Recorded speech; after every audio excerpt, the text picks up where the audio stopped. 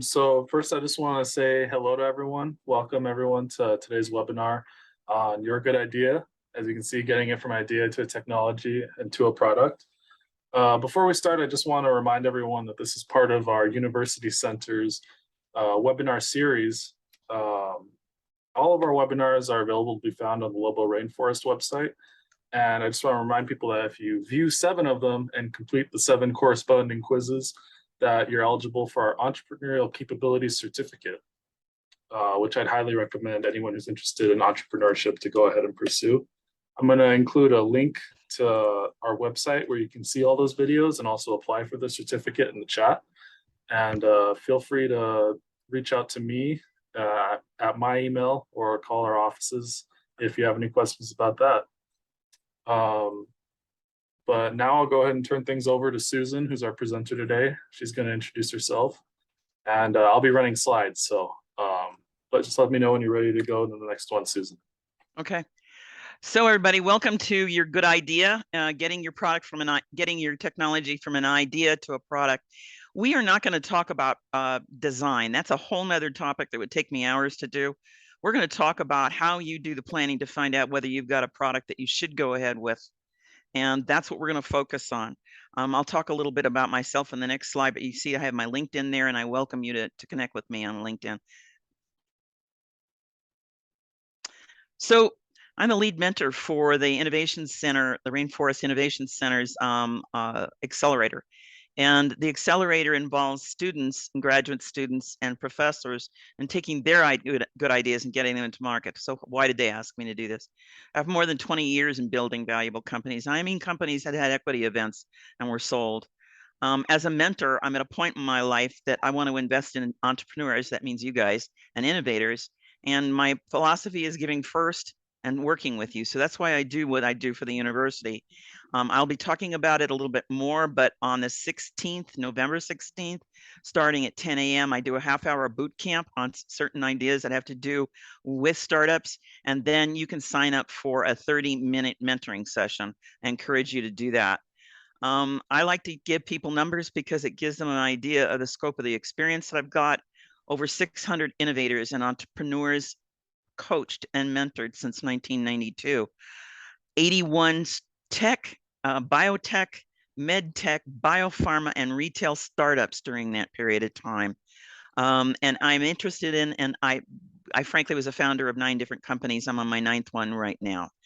I've been an angel investor in the past, and so I have some direct experience with angels and VCs and working with them, and you're going to get a good taste of that today. That's my background, and I do what I do because I enjoy it. So I was telling Matthew earlier, I don't know why we do what we do, because there's always that gulp that we take before we go in to talk to investors or launch our products or to see how things are sold or are selling, and it is just it's a high. At the same time, it's a lot of fear about what if they don't like it. But we've got a process we're going to teach you that has to do with figuring out whether they like it before you spend all that money. So let's go to the next slide. So maybe you have an idea, maybe you've got or your technology all designed, maybe you've applied for and received a patent, maybe you've even got a prototype that you're working on. But have you validated your idea in the market? This is something I want you to just hold on to. Yesterday, we had a presentation by a gentleman who's done 6 startups, 3 of which failed, 2 of which succeeded big time. He's a former head of development for Apple, okay? Big guy, very successful in the markets. And he said, every single solitary product Apple launches, we validate it in the market by talking to customers first. So whether it's technology or it's a retail store or a restaurant, finding out what pain our customers have, what solutions they've tried, what solutions are they looking for, is the first step, not sitting down and going thoroughly through our technology and worrying whether or not they want to steal it. So we're going to talk about how you do that. Building a startup, one of our assumptions is it's going to take 200% of your time. You're saying to me, well, I work at a job, or I've got a family, or I've got kids in college. I did all of that. Okay, so I understand it, I commiserate, but it's a big, intense commitment. And 2 to 3 people on your team. Putting together the right team is very, very important in terms of getting investments or loans. You're probably seeking some funding and wondering about that. So we're going to talk about it. And we're going to talk about what's available in New Mexico. But I want you to build a mindset. That mindset is, am I going to grow this myself? And I really would like to be in it for 20 years. Or do I want to build it to sell and have an equity event and move on to the next thing? Those are two totally different efforts, although they start with the same thing, understanding what our customers want. And during the pandemic, those restaurants that survived, and you never hear about this on the news media, I probably should blog about it, were ones who totally changed their business models. Totally changed their business models. So, and by that I mean a little gourmet restaurant on Sonquay Road in Tucson, Arizona, that was a gourmet restaurant that got rid of all their tables and went to online foods and subscriptions for people who didn't want to cook. And you could buy all your food for 1 week and they would have it ready for you. And it was excellent fresh food. And they sold off their front counter outside. They survived, they thrived, they're now double the size of what they were, and they're going to keep the business model. So pivoting on what we think we should be doing versus what we are doing is probably part of the picture of doing a startup as well. So what we're going to focus on today is, what are your customer needs?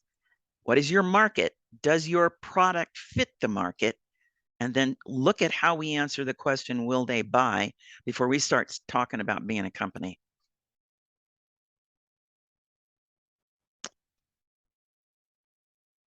Here's some assumptions that all investors, all startup entrepreneurs, all startup mentors work from. Your technology is not your product.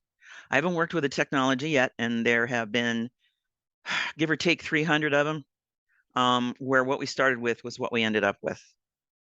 And some of us have already built our prototypes. That's okay. You're going to test to see whether that prototype fits the needs of the people who use it. Assumption number 2, startups are not companies. We talk about, I've got a startup company, because that's how we speak in English. But actually what you have is a startup, because you're not making any revenues, you're not selling any units in the very beginning. And what we want to be able to do is, before we open the doors to the restaurant, before we sell our artwork online, before we sell our candles online, before we come up with a new device that's going to change how 3D printing is done, whether it's deep technology or it's consumer use, we have to ascertain whether or not the market even needs it or wants it.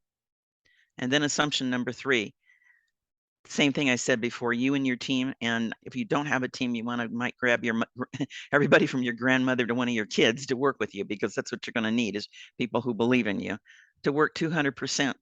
When they're at work, they never have any downtime. They're always working on the next thing that needs to be done. And that at work could be at home. My companies, all 9 of them, have only had laboratories when we needed to test, and have only had manufacturing when we needed to distribute. All of them, the technical work was done virtually. Next one. So we're going to have chapters, and the whole purpose of having these chapters of discussion, and please write your questions on chat to Matthew, and then he'll let me know we've got a question, and I will answer it for you. So we're not going to wait to the end for questions. If it's on your mind, you ask me the questions. What do you need to learn in order to set yourself up for success? So that's our first chapter, and it's called the Business Model Canvas.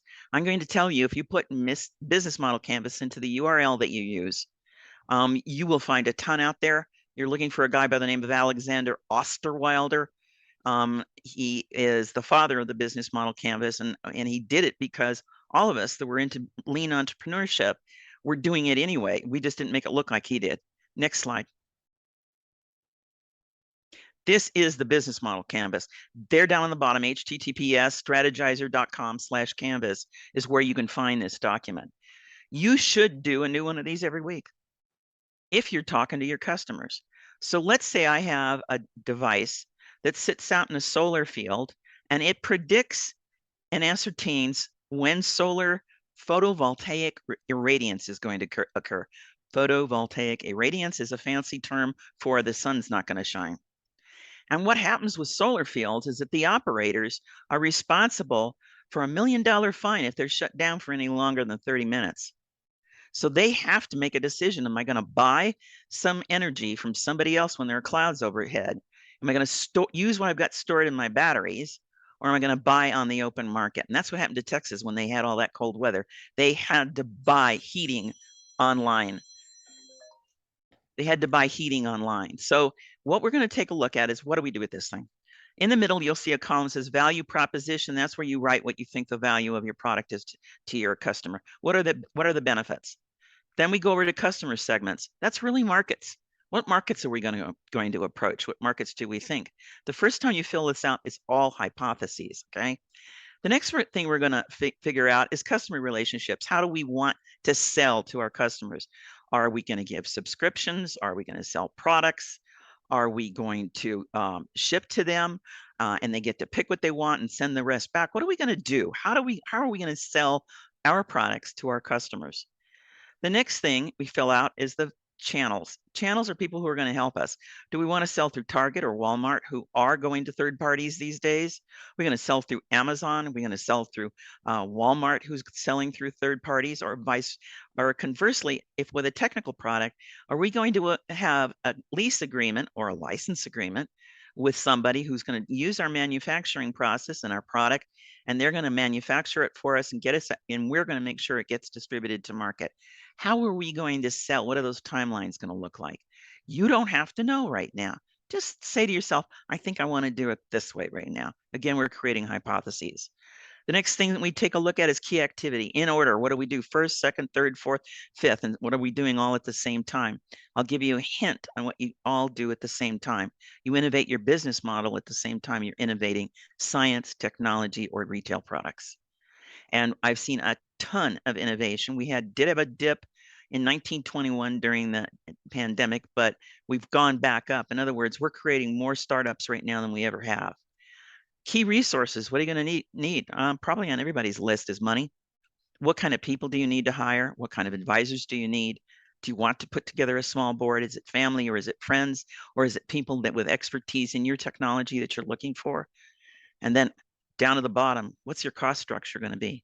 How are you going to predict what it is that your offering should sell for? And I always tell everybody, build from the bottom up and then find out in the market what things are being sold for, because you have to understand the entire process of what your product costs to get to market in order to determine its price. One of the best airframe companies in the world was Eclipse. It was here in Albuquerque. You can still see the building with their name on it when you land at the airport. They innovated a jet engine private plane with an aluminum hull that was the fastest thing flying, and yet they closed down. Why? They didn't predict the cost of it properly. They sold prototypes at a lower price, and they ended up going bankrupt. They tried a second time, still couldn't sell it to make any kind of money. And yet it was, everybody agrees, one of the best airplanes that had ever been designed. Let's go on to revenue streams. Where is your money going to come in from? At least initially, it's going to come in from some investors, but when you start making money, how is it going to come in? Our manufacturer is going to pay you for a license. Our distributor is going to give you a discount, or are you going to pay them? And then last but not least, key partners. Most investors don't like to see you embedded with all kinds of key partners. One of the things that startups have a tendency to do in their early stages is, okay, if we have 100% of all the stock, I'm the founder, I get to keep 40%, and each one of you three gets 20%. And then the investors come in and they want to know just how committed are you? And they will ask you to redo your stock program, and they won't give you money unless you do. So let's move on to the next slide. Business model canvas, lots of stuff out there on it, but what are the things that I want to pick on right now? I wish I could have you raise your hands and tell us how many of you got a tech product versus a retail product. I can't. So if you would send a chat to Matthew and say, oh, I got a retail product. Oh, I've got a tech product. He'll tell me, I got a biopharma product. I've got a special philosophy I want to sell, whatever it is. Tell Matthew what it is. They actually can raise their hands with a little function, Susan, if you want to just call out. The white hands. Peter, did you have a question? Guess he's not online. I can't see all of them. I am, but I don't have a question. Oh, okay. I can't actually see all of them at the same time. If anybody's got a question, please let me know, okay? Or let Matthew know, one of the two, and he'll let me know that there's questions. One of the pre-work that I'm going to ask you to do is to do a technical description of your idea or your technology. This is it's all hypotheses at this point. Maybe you've been doing testing. Maybe you've got a working prototype. I'm still telling you it's hypotheses, because unless you've talked to a wide variety of customers, potential customers, and we call this customer discovery, we also refer to it as customer development. We know this is what helps companies succeed. Okay, it's the key element. It's what all the investors are looking for. You're going to be asked for a summary of your idea and technology. When you speak out loud to people, 2 sentences. That's it. We're not asking you to give away your magic sauce when you talk about your technology. We would like you to, we would highly recommend, let's put it that way, a 2-page executive summary. Whether you apply for a grant, you apply to a bank, or you talk to an investor, they're going to want to see this. And in its initial stages, it's hypotheses. And you're going to validate that in your conversations with the people you talk to. How do you do that? You go out to LinkedIn, you link up with me, you take a look at who I know and who others know. You send out notes saying, I am going through a special program in the state of New Mexico at the university. And yes, Susan, they are not customers until they have paid for something. However, we call them potential customers, okay? And we want to build them into customers. And when you talk to them through customer discovery, there's a good chance that most of them are going to become customers. And if they don't, they're going to become partners. This is a new way of using the language, maybe for many of you. Not all users are people who buy a product. That's true. But they're going to tell you who to talk to buy a product. If I talk to the CEO of what, not just a tech product, people, not just a tech product, okay? I'm not telling you that you have to agree with me. I'm just telling you what works in working with successful startups, okay? And I'm sharing it with you. And I haven't had talked with anybody yet during mentoring that didn't struggle with this whole idea. They're not customers. How can I talk to them? Well, you're not selling them anything. We'll talk about the kinds of questions you ask in a minute. Good example. One of my mentees was working on a product that had to do with redoing doped fibers and the speed of telecommunications throughout the entire world. It ultimately got bought off by somebody and licensed. But here's the thing about it. He said, how can I talk to anybody? I said, write a note that says you're a graduate student at UNM and you're doing research on the market and you want to know market fit with products and what the market's looking for and whether or not your product solves a problem for somebody. And he went, really? He sent out 100 text messages and emails using LinkedIn, got 60 interviews, and typically he was talking to the CEO or the head of engineering for all those big companies throughout the world. He didn't know any of them. So what we're doing, the purpose of talking to people you don't know, you're trying to figure out market fit. An investor wants to know how you demonstrated market fit. And the first question they're going to ask is, have you spoken to somebody about what you're doing? How do you know it's needed? Banks are going to do the same thing, especially commercial banks who are doing investments and loans. So this 2-page executive summary, we want it to have the first paragraph down at the bottom, the name of your company, your goals, and a summary of 1 sentence on your technology, testing and results, customer feedback to date. 1 to 2 sentences. Talk about 1 to 3 markets that you think you're discovering where there's a fit, the benefits, and how you plan on selling to them, and when you're going to start selling. Next page.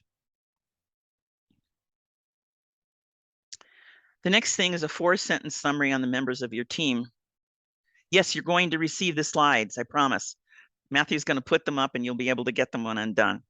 A 4-sentence summary on the members of your team, their names and years of experience and their experience in technologies and markets. Something else on your technology, 2 to 3 sentences. This is 30,000 foot, okay? I have designed a particle accelerator that can extend beam into a vacuum.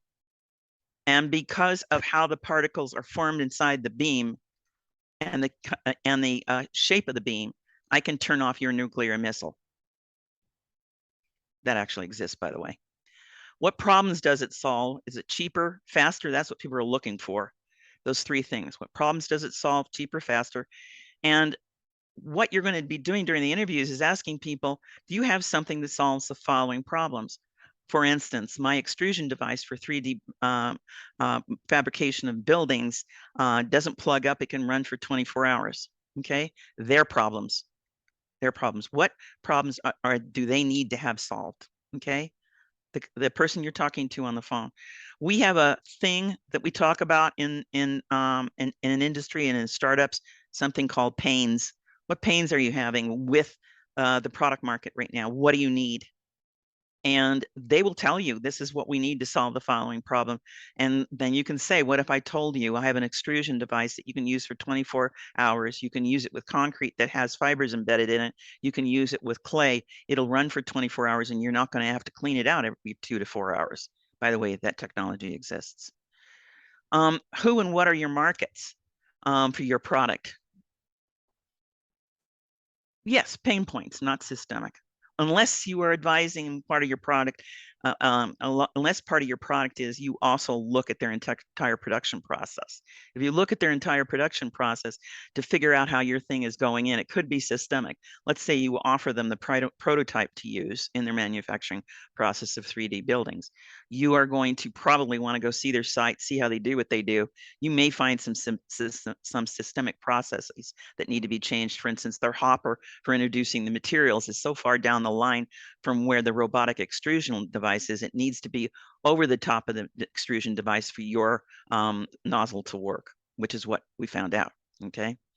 So 3 to 4 sentence, a paragraph on your technology at an upper level. What are your markets? Priority, please. Figure out what they see as market fit for the thing that you're talking about. They'll tell you, oh, I don't see that, I see this.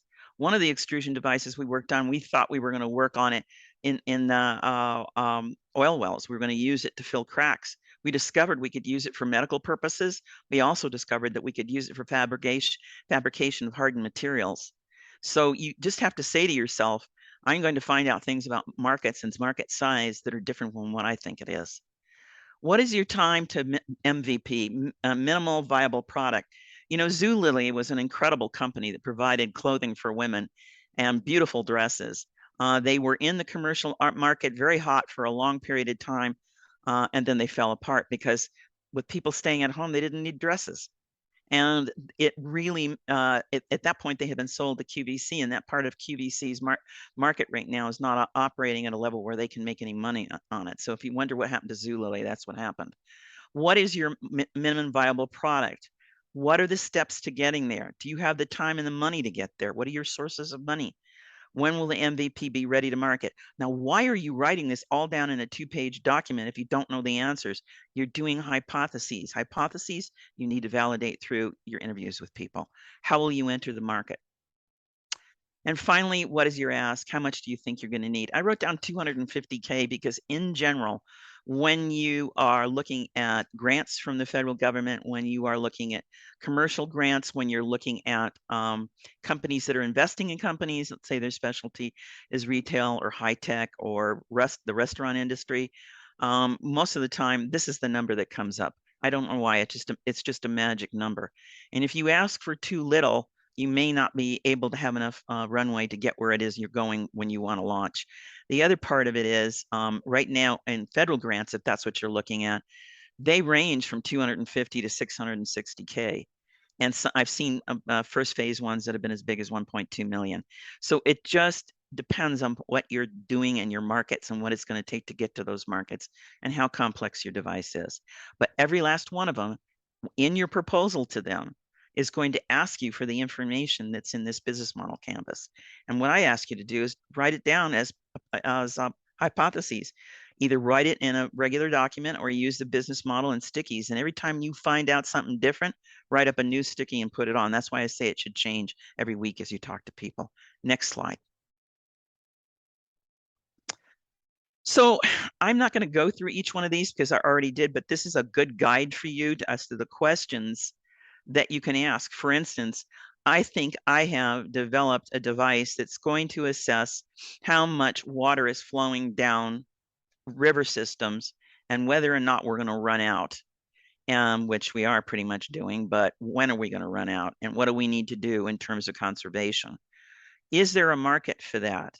I think everybody wants it, let's say in my value proposition, because what it does is it accurately predicts using climate data from the United States Weather Department. And we get a model that says when we're going to have rain that helps our algorithm figure out whether there'll be enough. And we can do that within 4 hours rather than 24 hours or 3 days. Is that of value to the market? Do they need it that quickly? The answer was no. Is performance the only criteria for adoption? The three things that people are looking at is they're looking at cost, they're looking at benefits, and they're looking at, do you have information on real performance? But let me tell you what the fourth thing they're looking at is you. Let me say that again. 90% of their decision is you. How prepared are you with the answers to all these questions? How confident are you? Do you tell them, I don't have the answer to this yet, but this is how I'm going to find out? And they agree with how you're going to find out. It's you. I've watched a deal get done for $900,000 in the parking lot in front of Walmart on a tech device that we were working on because the person standing next to me knew that I was very interested in what this person was saying. They knew what I do for a living, so they assumed they were starting a company and started asking questions, got very, very interested and demanded one answer after the other. He said, come talk to me. We need to talk about the parameters of this deal. I asked him how much it's a deal. He said 900,000. That's what I think you're going to need. Does it happen all the time? No, but they expect you to answer the questions. And the banks expect you to answer the questions. It doesn't make any difference. So they're going to look at you, how you present yourself, how confident are you? Can you answer these questions that they're going to ask you, which I've just given you the questions? And do you know what you don't know? And are you coachable? During the course of them talking to you, do you begin to get an insight into what you need to be doing differently? And then do you start answering the questions just a little differently? How coachable are you? It's a big deal who you are, okay? Do they necessarily, yes, you'll get copies of the slides after the presentation. So let's go to the next couple of slides. I'm just gonna point them out because we've already discussed them all. There's all this stuff. Look at number 3. Does the product improve a day in the life? Does the startup understand what influences customer purchase practices actually and associated costs to deliver? That's part of the price of the product. It doesn't make any difference whether it's a dress, a pair of socks, or a device that helps deliver blood products and does not hemolyze the blood. Okay. Let's go on to the next slide. Again, here's all the costs. Are they identified? Are there other startup costs, legal or accounting? You probably heard my office puppies in the background. The doorbell rang. Let's go to the next slide. Revenues, have you appropriately sized your opportunity? Some markets are billions of dollars, and then when we come back and say we can access 5 billion, they want to know how. At some point, we've got to get a more real picture. And when we talk to people that we're getting along with during our interviews, we can say, I think the market size is the following. I can access it in the following way. What do you think? Does the forecast indicate an increasingly, Sherman? No. Does a forecast indicate an increasingly scalable, profitable business? What do we mean by scalable? I use Hershey chocolate as the answer. Hershey started off with big chocolate bars. They were huge. And then they started making their chocolate bars littler, and they started making chocolate kisses. And then they started making all kinds of products that were smaller, that you could just pop in your mouth. Scalable means if I have a core product, are there other technologies? Are there other products that can bounce off of that? If I'm FitFlop, which is a company in the UK that makes the most comfortable clogs and sandals in the world, I got a pair on my feet right now because I'm on my feet a lot during the course of a day. And can I take my initial technology of the footbed on this, and what kinds of shoes can I make? They're now also making clothing. And are they succeeding? Yes. So these are the kinds of questions that you can work into the time period you're talking with the people who've agreed to speak with you. Next slide. Shh. One of the things I like to work with people on, and I know there's some gorillas on this page, is something that's called an ecosystem. Do you know your ecosystem? For instance, if I am, it's this one, the market was motorized wheelchairs. If I'm in the motorized wheelchair market, but what I am producing is an add-on, in this case, it was call it a portable, a series of portable devices that help me communicate on all my devices. Because one of the biggest problems that people who are in motorized wheelchairs have is because they don't have extension and things like this, they cannot, I don't know what's going on. There's somebody trying to get a hold of me. I know it's not an emergency.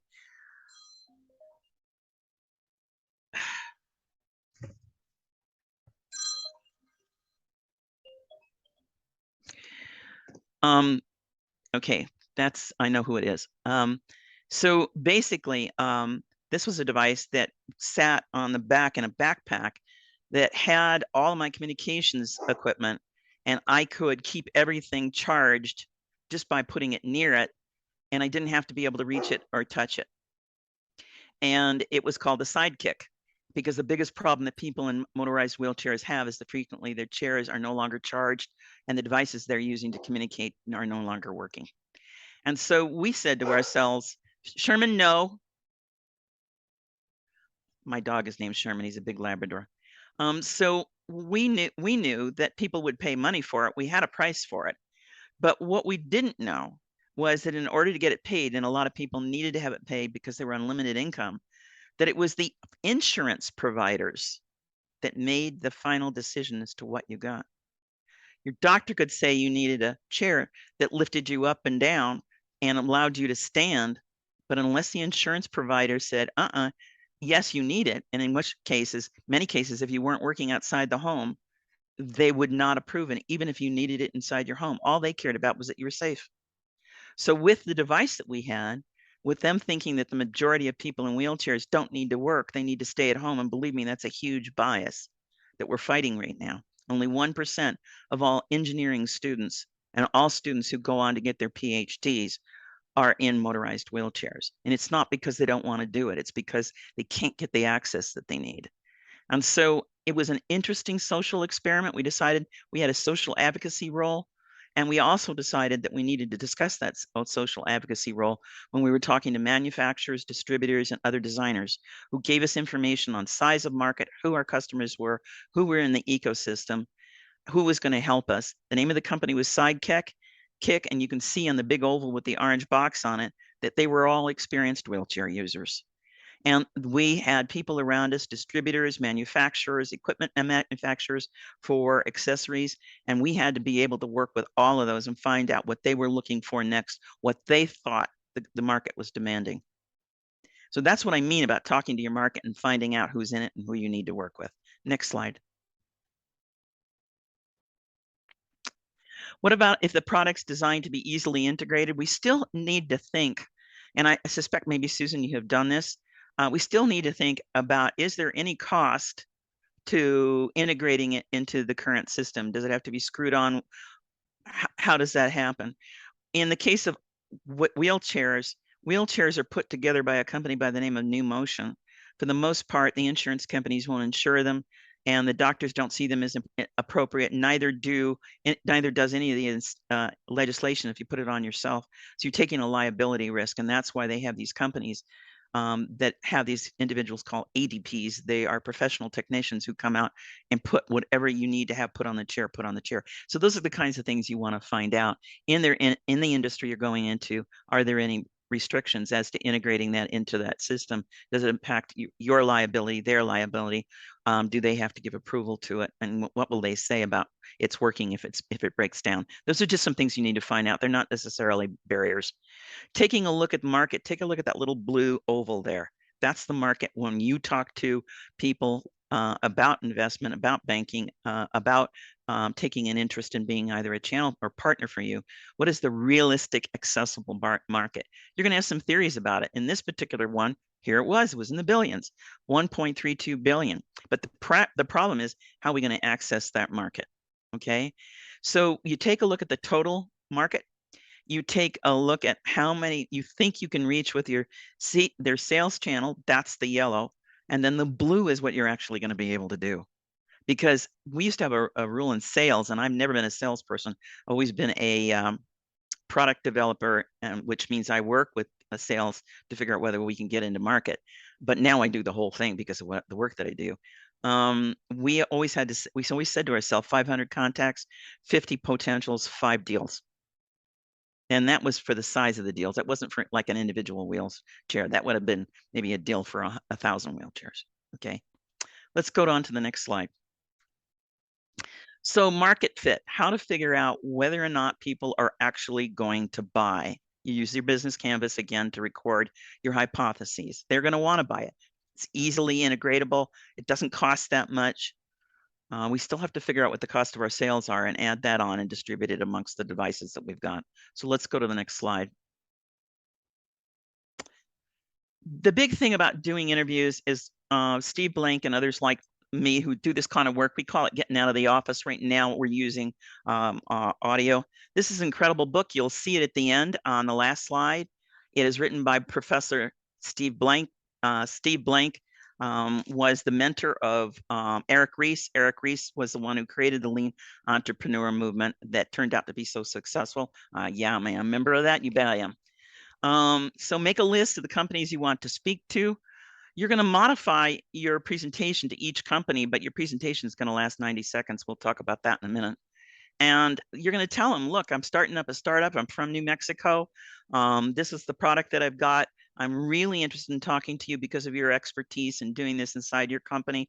And I want to know a little bit more about how you guys figured out what market I can access, what your thoughts are. Well, what are you doing? 2 sentences on what you're doing. That's it. You're not giving them your magic sauce. So in this, it says create a 2-second pitch, and we're going to talk about that in a minute. We're going to talk about networking via social media. I use Twitter. I don't know what's going to happen to Twitter, but I use Twitter and I tweet. I use Instagram. I use Facebook. I use LinkedIn. I use all kinds of applications that are smaller than that, and get the word out about what I'm doing and how. I don't have business cards and I don't have a web page. I have LinkedIn. And how do I get my work? In my case, because of the consulting work that I do, people refer me because I'm successful. Okay, another company to get people to talk to you, Polywork. Very good. Thank you for that. You can ask friends, colleagues, and other like-minded creators and innovators and entrepreneurs for 2 names you speak with. It's kind of fun to network, and the University of New Mexico is doing more networking now. At events at the local rainforest, because you get to walk around, you have your 90-second pitch, you get to meet a lot of people, and you tell them what the steps are that you're taking now, what you start up. Do they have any advice? And if they like you, and remember I told you 90% of their perception of your product is you, they'll introduce you to other people. You'd be surprised. Start interviewing and write up your questions. Let's go to the next slide. Validating the market. What you're doing at this stage is you're validating the market. You're validating your product. You're validating whether people will buy, because you're thinking about how you're going to bring in money. How do you explain the idea for your product? 2 sentences. What is it? What markets it's in? And the benefits. 2 sentences, maybe 3 if you cheat a lot. It's not an in-depth thing. That happens when NDAs are signed and you sit down and you talk. And the local rainforest has experts in doing this. You can go and sit down and talk to them, be free, and ask them questions. They'll give you advice about it. Greg Banniger is on the line with us right now, and he does a lot of this work. Yes, I like what you just said. You're also trying to prove yourself wrong by doing this. Okay, you may actually not be able to validate that there's a market for your product, and that's happened a lot in the work that I've done. And we've had to figure out, is it because it needs to be changed, or it's just not a product that is needed right now?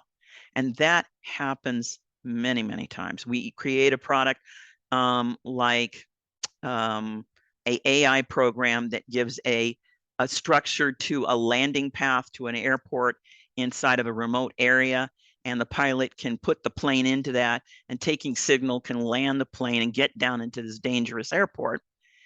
Sounds like a good idea to me, but nobody wanted to spend the money on it and buy it. The pilots loved it. That was Brian Adams, by the way, the guy we talked to yesterday. So what makes what you're doing unique? How do you help them solve your problems? This is what we call a 90-second pitch. Let's go to the next page. I'm not going to go through this in detail. but I'm going to say to you, this is an outline for how you put together a pitch. The Rainforest has a lot of pitches that are on film that I think you can take a look at. They're 90 seconds from beginning to end. This is what you'd use in a networking situation. It's also what you use during your interviews, trying to validate or invalidate your market. And it's just 1 or 2 sentences. I've got mine there. Hello, I'm Susan Cornelius, founder of Accelerate the Solutions. Have you ever wondered how to create the success for your company? Boy, Susan, slow down. The mentoring process, as we have found, significantly increases your chances for success. As a whole, those companies that we talk to that have been mentored are 85% successful in reaching the market. Otherwise, only 1 out of every 10 reaches the market. We don't advertise or aggressively go out and try and find market. Our success speaks for itself. We get referred by word of mouth. I have substantial experience in markets, over 600 innovators and entrepreneurs coached, and over 81 companies launched into market with full funding. To date, I work with people through a retainer relationship, but at the University of New Mexico, I can talk on a limited basis to all kinds of people, fee-free. So talk with Matthew about coming to a mentoring session with me. I would appreciate it. I also have other colleagues who do it. Stacy Sacco is one, and Stacy is fantastic. And statistics about openings to the networking organizations that exist in New Mexico. So I would also highly recommend you talk to him. He's the lead mentor for UNM Taos. I'm the lead mentor for UNM Valencia as well. So this gives you a whole outline to do your 90-second pitch, and you can also see really good ones. If you go to the Foundry, which I don't have on my slides, it's the Foundry. It's located in Boulder, Colorado. They just did a pitch contest. They do 2 minutes, and you can listen to the pitches there and how they're put together. They're put together exactly like this. We all use the same sort of format. And do we have rules about how we do things? I'm afraid we do. Next slide.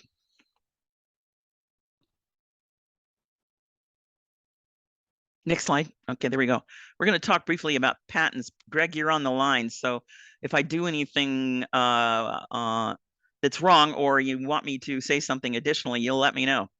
I've only got 2 slides. I will warn you, I'm not an IP attorney, but I thought you'd like to know about provisional patents because people don't always know about provisional patents. So let's go on to the next slide. And I took this from, I think, Mr. Banninger. Does a provisional patent application protect my idea? First of all, let's talk about a PPA. A PPA is a couple of pieces of paper that talk about that same summary I told you about. It's got a lot of that stuff in it about the technology. You're working with somebody who can vet whether or not there's a patent in there somewhere and eventually help you apply for your patent. But because you filed it with that person, it's been signed off, it's finalized, we've discovered whether or not there's market out there. It's simply a way of protecting your technology and being able to talk about it. Can I market my invention without a patent? If you've got a provisional PPA, yes. Now, there are some things that never get talked about in detail. Right now, most people probably realize that Coca-Cola and Pepsi have a trade secret chemical formula, and that's what they sell. And people that have franchises all over the place, they make the Coke and they make the Pepsi. They've never released it. I don't remember, Greg, how long that's been a trade secret, but I think 60, 70 years, something like that. Okay.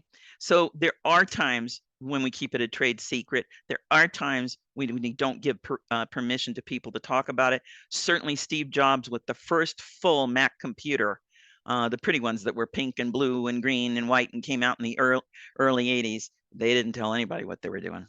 Okay. Let's go on to the next slide.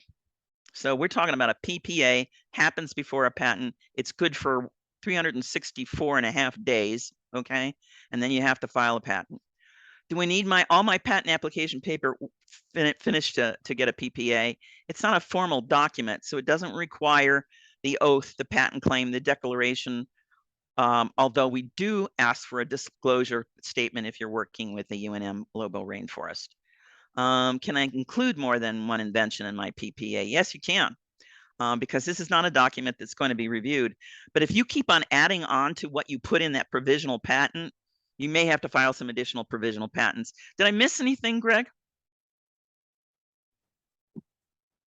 No, you can add as much inventions you want into a patent. You can only get a patent for one, so you might have to file a bunch of other things called continuations, divisionals, as Okay. long as it's related. Okay. And so this practice you're getting with writing up the technical description and your business model is something you're going to be using when you do a disclosure. You're going to use it when you talk to investors. You're going to use it when you pitch. And you really do need to have it written up. Do you have to give it to them in writing? No, but you do need to be able to talk about it. Let's go on to the next slide. Funding. Okay, this is the fun part. Fundraising is a full-time job. One of the most famous innovators I ever worked with was a guy by the name of Dr. Wayne Douglas Cornelius. Yeah, that's my husband. And working with him on devices that are related to directed energy, we had to be raising money full time, and we were working with a variety of companies working on stuff that we couldn't talk to either company about what we were doing, nor could we offer the technology. It was an interesting world. And so we were constantly going out there and doing fundraising. Did we create products and make money off of it? Yes, we did. But one of the things we discovered was that each product we had to be modified in some way, and we had to put a price on that. And sometimes it was a bit difficult to get a deal with an extra price add-on. But we had to be honest with them about what it was going to take. So next slide. So these are the phases of a company in the world in which we call startup, okay? There's your startup idea. Typically, there's a founding team. You have no money. Most startups start up with about $5,000 in their pocket, if that. We're trying to figure out if there's market fit. We're self-funded. I have a girlfriend who's founded a company called Advanced Tissue Science. Her name is Dr. Gail McNaughton. She had $1 million on her on one credit card. I am not suggesting you do that. Gail had a huge reputation, and she's literally considered to be one of the mothers of biotech. So she did pay off the credit card, and she launched her next company. But I would really warn you against that. That's kind of a counterexample that worked, but self-funded, money from friends, and some people refer to it as friends, family, and fools, FFF, okay? Once you start working on some of the things that we're talking right now, and you start talking to angels, what's an angel? There are what we call tranches, stages of investment, A, B, C, D. Companies rarely get to D, rarely get to C. Most investments that angels work on are in pre-A, that down there where you're forming, okay? We are people who make the decision based on a lot of factors, one of which is you. We work with VCs a lot of the time, and they are the ones that are looking for perfect market fit, revenue streams, sales, reputation. You've talked to customers, and you've continued to do it the whole time you've been a company. And again, I'm referring to customers because of customer development. They may not have bought a thing from you, okay? The deals in size in there can be from nothing, I like talking to you, to 250K. That's where many of you may be right now. Actually being able to call yourself a startup company, you're looking for $1 to $2 million, and you've got revenues of 250 to 500K. Okay, this is what one of you was asking questions about earlier, or making a comment about. That's where you've actually got some sales, okay? And your team could be 5 to 8 people. I always say to people, one of the things you might want to do if you have a family friend or a friend who's an attorney, or you got legal services through the universities or a legal center of some sort, sit down and talk with them about shares. Do they have anybody who can talk with you about that? You don't want to promise that yourself that you're going to get 50% and somebody else is going to get 25% and somebody else is going to get 25%, and we're going to own the company. The minute you get an investor, you no longer own the company. You do, but you don't, okay? And that's a harsh reality. If you need money to be successful, you've got to understand that they're going to have some parameters around the things they want to see happen, okay? Up to and including they want a CEO to take over the company, and because they've got to do the fund development on a continuous basis for you, and they want you to be the head of innovation, not something you may have been in your head, okay? I'm talking reality. I'm not saying one way or the other whether I think it's the right thing to do. I'm just talking reality. Yes, they can push you out after you've built the company. So it can be a very tricky thing. And what part of that trick is delivery. Now, I haven't had too many VCs push the people out that I've worked with, because they're good at what they do and they learn.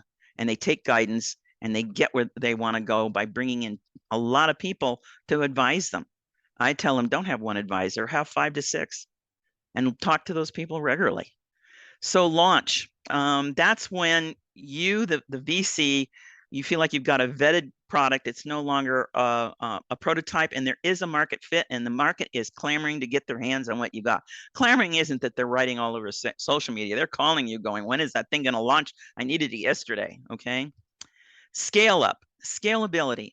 Let's say I create a device that takes beam, makes it more concentrated, more perfect, so that it can communicate.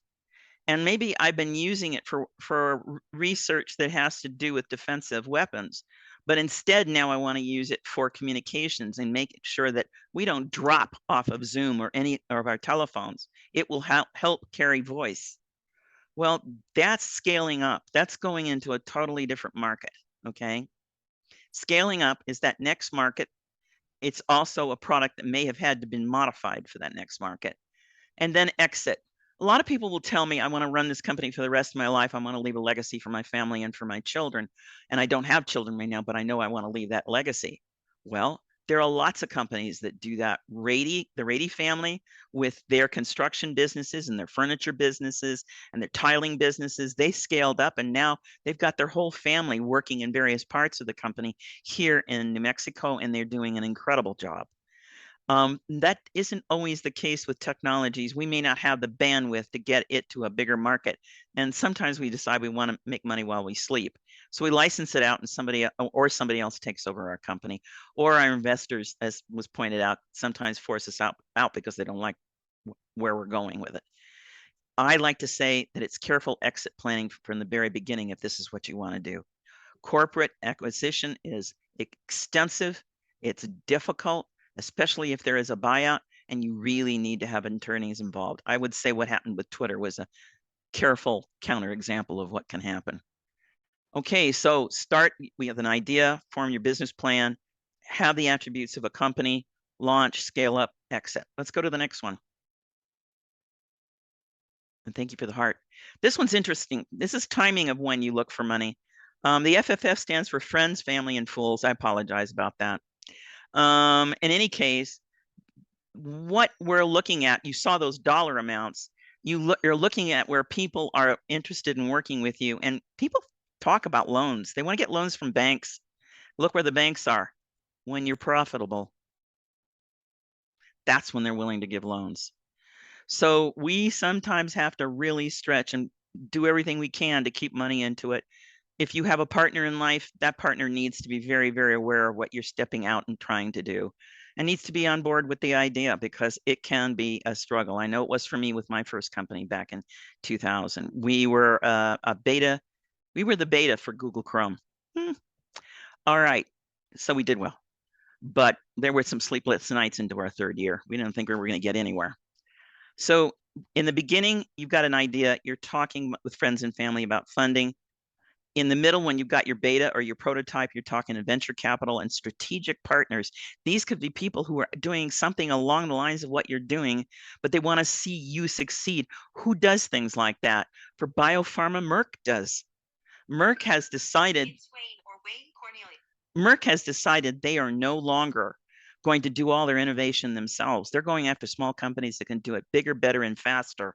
And they are becoming strategic partners, sometimes with a huge amount of stock in that small company, and they're giving laboratories for those people to work in. Johnson & Johnson does this too. Their innovation center in San Diego for the biopharma and medical device markets is absolutely phenomenal. You have to apply to get in, but they help you be successful. Well, if you want to keep your company for the rest of your life, that may seem counterintuitive to do that. But if you're understanding it as your first step to your next step, and you talk to many of us who have done this, you're talking to somebody who's done 9 companies. I was talking to somebody yesterday who had done 5. We go from this to this to this, not because we can't keep a job, but because we are able to have those equity events and move on. So just have that in the back of your head. Next slide. We're almost done. I'm going to leave this for you to look on your own. We've already talked about friends and family investments. One of the things that happens is you need a realistic valuation of your company and your products and your expertise and your intellectual property. because it could hurt family investors down the road because they've given you money, but it didn't come out what you thought it was going to be. So let's go on to the next slide.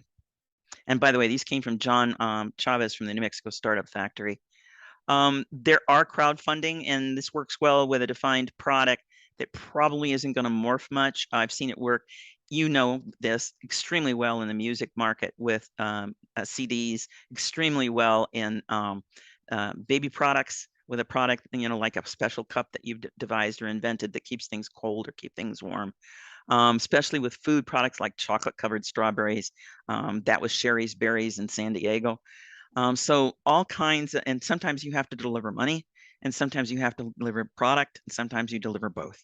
So crowdfunding, think of it as a futures market where you're trying to deliver value to somebody in return for a gift or a donation of sometimes as little as $25, sometimes as much as several hundred thousands of dollars. Okay, and you have to decide whether there's going to be equity in the company. Let's go on to the next one. These are catalyst funds. You're going to get a copy of my slides, so you don't need to write these down. Bluestone Ventures, Tramway Ventures, Arrowhead Innovation Fund. They've been really, really, really active. They're associated with the University. Okay, New Mexico State University. Yes, ABQID and NMA Ventures. You'll find all of these online. You can read about them and what they're looking about. They all say the same thing, but do remember, before they're going to take an appointment with you, they're going to want to see you've done your homework. And we just talked about what that homework includes. Let's go on to the next slide.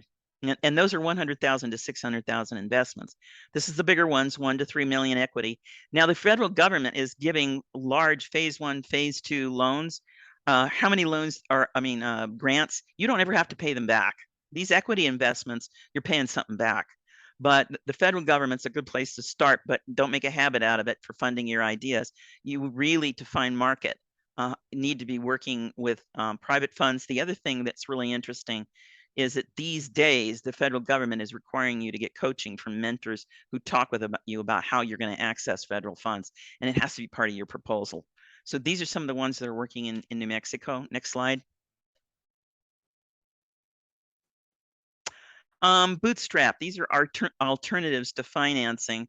SBA does give out loans for some startups. They would like to see a prototype and maybe some sales. There are incubators and accelerators. For instance, we have Fat Pipe and 1 Million Cups here in Albuquerque. Grant proposals, contracts with companies where you're doing consulting and or channels or partners that you come to an agreement with. They may give you some financing. Over on the left there, we're talking about all the things we've been talking about, what you need to have. You have to have a clear, clean story about what it is, what its benefits are, how is it unique, what difference does it make, is it cheaper, is it faster, is it safer, and something about yourself and your team, because they're part of the deal, okay? And now on the bottom, they want to see a budget. So alternatives to financing with VCs and angels when you're in that first stage on that big chart that I showed you with the XY axis, this is something else that you can think about. Let's move on to the next one. Don't overspend. I worked with one company that they wanted to have a beautiful conference room. They wanted people to think they were great to work with, and they went out and bought white leather chairs and modern shiny tables with glass tops, and they had beautiful offices. They closed at the end of a year and a half. They're going to understand it if you're in your home. My first company, the chair of the Department of Science for the Department of Energy wanted to reach out to people who had multiple grants from the Department of Energy. And we all looked at one another and went, oops, we're working virtually. So we all got matching T-shirts, and they came to my house and we served tea. And it turned out that Dr. Fakunda was from Iran and understood my culture, where we take our shoes off and put on slippers inside the house. And he sat down and he was very, very happy that we had tea and all kinds of sweets and nuts and stuff like that. And we had a ball talking to him. He looked at us and said, "You're living the American dream." So it can work as long as you make it work for yourself. Don't spend money like you're gonna raise money again. Spend it very sparsely. Next slide. This is one of the things. It is a great story, Tetsuya. It's a great, great story, and he's a wonderful man. We got multiple grants from the Department of Energy on the device we were working on. $3.5 million. So right here, this is about your slide pitch deck. There are videos of people giving slide pitch decks. Remember me telling you about these funny rules that we have? It helps us climb through everything and see what's going on and figure out whether we believe that person and want to talk to them more. A 15-minute presentation, 10 slides, 12 of it is used, 11 to 12 is used to give the presentation. The rest is for questions. This is how you get people's interest. If you end up working with the University of New Mexico and they can explain to you how that can happen, they frequently do this online with a company that you're interested in talking to. You don't focus on the tech that comes later, that comes after NDAs, and they really get serious about working with you.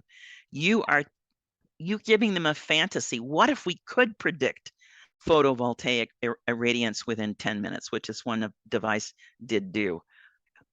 What is that going, what is going to be the unique benefit of that? Well, avoiding $1 million in fines and not have happening to us what happened in Texas during their big freeze.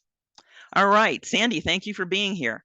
We've got a couple of slides left. I want to go forward to the last 3 slides if we can, Matthew. Yeah, just let me know when we get there. Okay, you're welcome, Eve. You'll be able to take a look at all of this because it's just conclusions. Here we are at UNM Resources. I want to point down to the middle there, videos, Lobo Rainforest events and mentors. You'll see Matthew's email down there, msalcido@innovations.unm.edu. If you'd like to talk to mentors such as myself, talk with him about the opportunities to talk to. I've given you 2 names. There's actually a 3rd person who was working. There's 4 other people that are working very hard with our First Nations here in New Mexico. So there's at least 7 that I know of. And all of us are willing to spend time with you, helping you crack through what is your bottom line story, what is your storyline, who should you be talking to, getting you prepared for that pitch to investors. Oh, you just signed up for a mentoring session. That's fantastic. So these are where you can see the videos. The videos are actually on Facebook.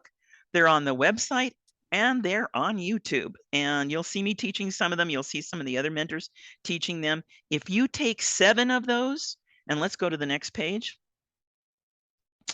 Here's some topics, suggested topics. If you take those right there, and you take the quizzes that are associated with them, that's how you get your entrepreneurial capabilities certificate. And let me tell you why I like that. If you talk to an investor about the potential for investment, they're really interested, they think you've done your homework, and then they find out you've been working with people to be successful. You take mentoring, you mentor well, you become very, very interesting to them. So this is a gift, and it's fee-free, okay? So talk with Matthew about that, and let's look at our last 2 slides real quick. And thank you for sticking with me. These are the 3 books I was telling you about. The one that I held up is the one in the middle. I love the book by Guy Kawasaki. Guy Kawasaki was employee number 5 of Apple. He was one of my mentors. It's a whole story. I won't get into it, but it's a good one. Let's just say on a ski hill, shushing down the slopes in Vail, and there's Guy Kawasaki and Susan Cornelius, and we start talking to one another. And that was 7 years ago. So this is The Art of the Start. It's a fabulous book. It's like a conversation with Guy. He is a total character, and it's filled with don'ts and do's. And I would take it seriously, and I would read it. It took me about 2 hours to read it. I love the doggone thing. I go back to it from time to time. The one on the right, the Business Model Navigator. How are you going to sell? They offer 55 different models about sales that you probably never thought of. This is a group of Europeans, again, that pulled this together, but it works across all global markets. And it might be interesting to you to find out an alternative way that you can build sustainability into your company by trying a different business model. I want to thank you for your time. I want to thank those of you that participated. We do one of these a semester, so I'll be looking forward to seeing you again. I wish you the best of luck. Come to some of the mentoring sessions. Thank you for your time.